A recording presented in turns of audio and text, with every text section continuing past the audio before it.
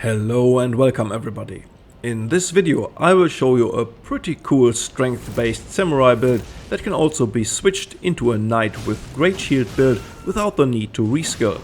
My initial idea was to build a fire-themed samurai with a pure strength build, especially after patch 1.09, which increased some scalings, including fire, for Ashes of War when set to the according affinity. While playing around with a few Ashes of War, I stumbled across one I never really used in my over 800 hours of playtime. It quickly turned out that Stormblade is a very underrated Ash of War with huge benefits, and although I was set to create a samurai themed build, I instantly recognized how well this would also fit a knight build. So instead of two videos, I will pack both builds into one and keep it as short and to the point as possible. Firstly, I will show you the Ash of War, general setup and stats for both builds. Then I talk you through all the gear, talismans and so on for the samurai build. And lastly, the same goes for the knight. You can use the timestamps to hop directly into a specific section.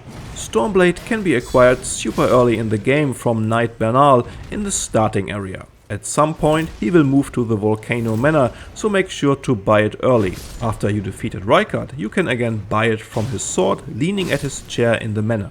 This Ash of War might not be the heavy hitter like Ice Spear, but it has a lot of advantages on its own. Firstly, its speed. As you can see, in comparison with Ice Spear, which is already not the slowest skill, you can get off 2 casts in the time Ice Spear is able to land 1 attack.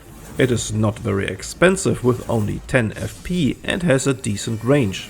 The quickness of the attack makes it also a great interrupt ability for any enemy skill that does not have hyper armor, so you can stop a lot of attacks in their tracks from a distance.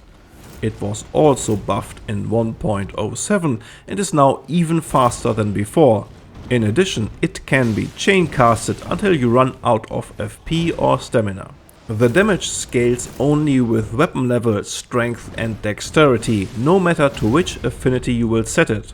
Weapon attack rating is not relevant, so it would make the same damage on a dagger or a greatsword. The quality scaling also falls off dramatically after around 50 points in either strength and or dexterity. And while it would benefit most from a full quality setup, the difference between a strength setup with some points into dexterity is not that big. A Stormblade with 80 strength and 22 dexterity was hitting for roughly 3% more damage than in a quality scenario with 54 strength and 50 dexterity. But your main weapons in these builds reach a significantly higher attack power when set to the fire affinity with 80 strength over a pure quality build and according affinity.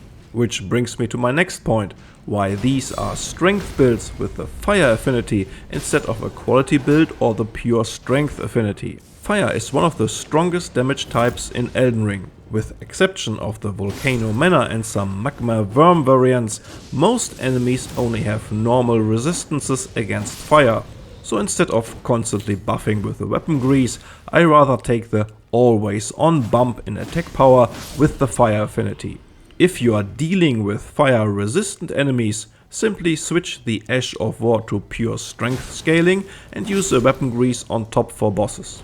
In general, it gives Stormblade these full melee setups a great ranged option and additional utility without the need to switch between weapons. Because both builds share the same stats, I will talk about those now before I go into the build details. At level 150 with the Vagabond starting class, these are as follows. You can find a level 100 recommendation on screen. Vigor at 50, especially the Samurai setup will trade some damage, so this gives you enough health. Bump this to 60 later on. 20 mind is enough to use your Ash of War frequently. The FP costs for your abilities are not that high. I would aim for 25 later on. 30 endurance gives us enough equip load for chunky armor and the Claymore and Great Shield Knight setup. While both builds are pretty demanding in terms of stamina, after 30 you will only get 1 point of stamina for every point in endurance, so an additional investment is not very efficient. 80 strength as our main damage stat.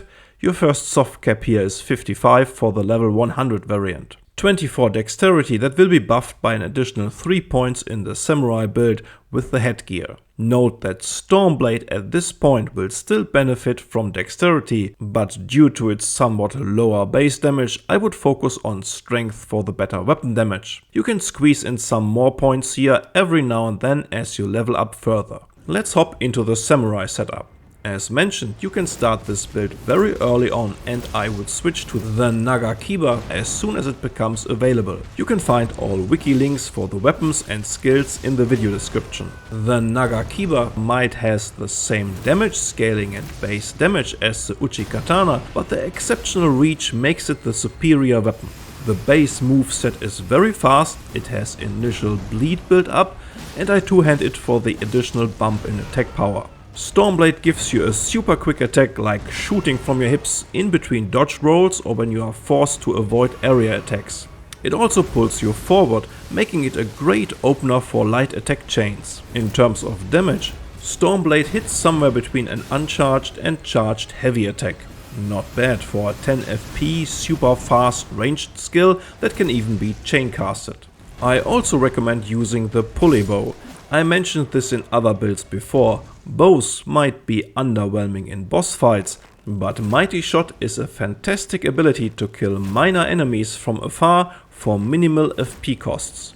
I nearly always try to keep a bow ready in the open world or while roaming a dungeon. Holy arrows are extremely useful to kill any undead foes and prohibiting them from resurrecting. In general, this is a pretty aggressive playstyle and you certainly will trade some damage. The focus on one main damage stat allows for high vigor and endurance, so you get a lot of protection, and I have a poise of 58 in this armor setup. The armor I'm using here is the white reed armor with the Okina mask that gives you additional 3 dexterity. To bump poise and protection, I use the bull goat greaves that very nicely fit the overall style. The banished knight gauntlets complete the setup. Talismans depend a little on your playstyle. I prefer Shard of Alexander, the Fire Scorpion Charm, Dragon Crest Great Shield Talisman, and the Blessed Dew Talisman for some constant health regeneration. Ritual Sword Talisman if you feel you can stay on top of your health most of the time, or the Winged Sword Insignia Talisman variants if you use a lot of quick light attacks are also great choices. Millicent's Prothesis, if available for the extra 5 dexterity, is also a viable alternative. For the Flask of Wondrous Physics, I usually use 1 protection or heal over time tier and 1 utility or damage improving tier. More fire damage, attack power increase with successive attacks, or stamina regeneration for example. Moving on to the Knight build. Like the Ash of War, you can also find the Claymore and the Manor Tower Shield very early in the game. Wiki-Links in the video description. In opposite to the Samurai, we are incorporating the Great Shield for guard counters, making this an extremely versatile and fun to play build that has it all. Ranged attack, Great Shield protection, a hard-hitting weapon, and we are taking full advantage of the buffs in 1.09 for greatswords in general and guard counters with this weapon class. It is a fantastic, compact setup that can adapt to every situation. A more advanced variant, and if you don't mind switching your shield in and out, would be to put Shield Crash, one of the best Ashes of War in the game, on your Great Shield. Now you can two-hand the Claymore and use Stormblade, very similar to the Samurai, but only one quick button press away, you can block attacks with the Great Shield and replace Stormblade with Shield Crash to completely switch up your playstyle and fall back to guard counters and slam your shield into your enemy's face. How strong Shield Crash really is, I explained in my Unstoppable Knight build you can find on my channel, or click at the link in the top right corner now. The armor I'm using here is the Gelmir Knight armor and gauntlets, one of the best looking sets in the game in my opinion, and the Knight Helm and Blight's Greaves. This setup has 54 poise and a decent level of protection, and I really like the look of it in combination with the Claymore and Great Shield. For talismans, we need the Earth Tree Favor +2 to reach a high enough equip load. But this talisman also buffs our health and stamina, and it is percentage based, so it scales perfectly the further you dive into NG+ and beyond.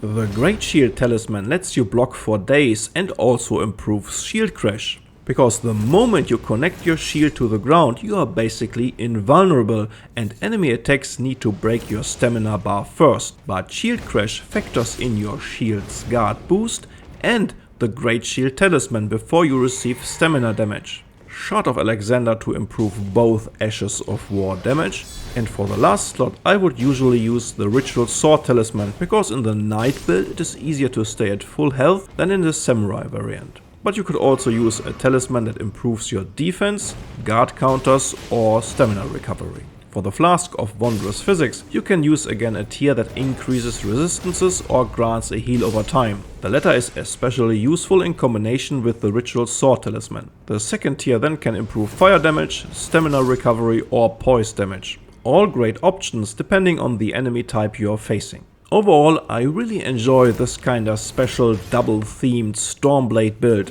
Both playstyles are very fun and effective, and I really like to change my options during a playthrough to spice things up. This 2-in-1 build has it all without reskilling your character. I really wish we would have a loadout feature for situations like this in the game. What do you think about this build and what would you like to see next? Let me know in the comments. And you know, subscribing and all that stuff would really help this channel to grow. Anyway, that's all for now about Elden Ring. Take good care of yourself and enjoy your journeys in the lands between.